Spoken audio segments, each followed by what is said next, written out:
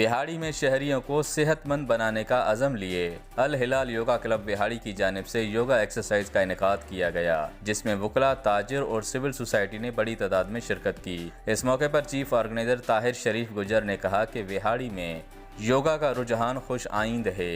योगी रियाज अहमद ने कहा कि योगा सेहतमंद की वाहिद जमानत है, कोई भी ऐसी बीमारी नहीं जिसका योगा से इलाज ना हो। उनका मजीद कहना था कि आम अल्लाह की तरफ से दी गई बड़ी नेमत है और हमें अल्लाह ताला की तरफ से अता करदा नेमतों का शुक्र अदा करना चाहिए। इस मौके पर योगियों ने फलों के बादशाह आम को अनोखे अंदाज में वेलकम किया, जबकि ढोल की थाप पर भंगड़े डाले और खूब हल्ला गुल्ला किया।